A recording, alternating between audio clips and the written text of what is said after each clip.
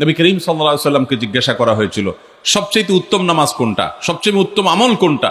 তিনি বলেছেন আস-সালাতু লি আউয়ালি ওয়াক্তিহা, ওয়াক্ত হওয়ার পর শুরুর দিকে নামাজ আদায় করা, এটা হলো সবচেয়ে উত্তম আমল। অতএব আপনারা এই আমলটার ব্যাপারে খুব বেশি যত্নশীল থাকবেন, খুব বেশি মনোযোগী হবেন এবং আল্লাহর জন্য নামাজকে সুন্দর করবেন। আল্লাহ তাআলা আপনাদেরকে সেই তৌফিক দান করুন। সেই সাথে নামাজের ব্যাপারে আমাদের মা বোনদেরকে একটি বিষয় আমি সাবধান করতে চাই, সেটা হলো যে আপনারা অনেকে নামাজ পড়েন কিন্তু নামাজের একটা ফরজ হলো সতর ঢাকা। এই সতর ঢাকাতে আপনাদের প্রচুর পরিমাণে ত্রুটি থাকে। নামাজের জন্য যে সতর ঢাকতে হবে সেটা হলো পুরুষরা তো নাভি থেকে হাঁটু পর্যন্ত ঢাকতেই হবে, সেই সাথে কাঁধের উপরেও কাপড় থাকতে হবে না, হাদিস থেকে বোঝা যায় পরিষ্কারভাবে। মূল হলো নাভি থেকে হাঁটু, এইটুকু হলো সতর। পাশাপাশি কাঁধের উপর রাখাটা পুরুষদের জন্য আপনার কর্তব্য, কিন্তু মূল সতরের বাইরে। কিন্তু মহিলাদের জন্য সতর হলো একেবারে মাথা থেকে পা পর্যন্ত।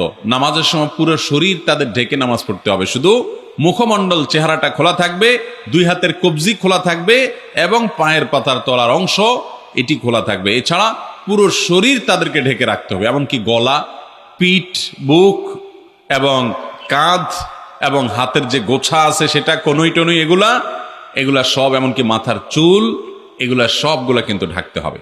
আমাদের অনেক মহিলারা আছেন, অনেক মা বোনরা আছেন, মা চাচিরা আছেন, যারা দেখা যায় এখনো আপনার শাড়ি পরে নামাজ পড়েন, তার উপরে কোনো ওড়না পড়েন না।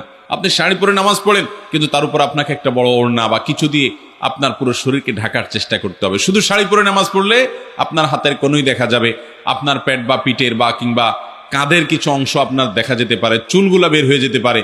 যদি আপনার পুরো নামাজ জুড়ে এরকম শরীরের সমস্ত অঙ্গ প্রত্যঙ্গ খোলা থাকে, আপনার নামাজ হবে না।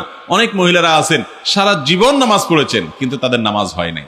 অতএব আমাদেরকে মনে রাখতে হবে, মাথা থেকে পা পর্যন্ত মহিলারা নামাজের জন্য পুরো শরীরকে ঢেকে নামাজ পড়বেন, এটি তাদের জন্য ফরজ। এটি না হলে তার ফরজ তরক হবে, নামাজই হবে না।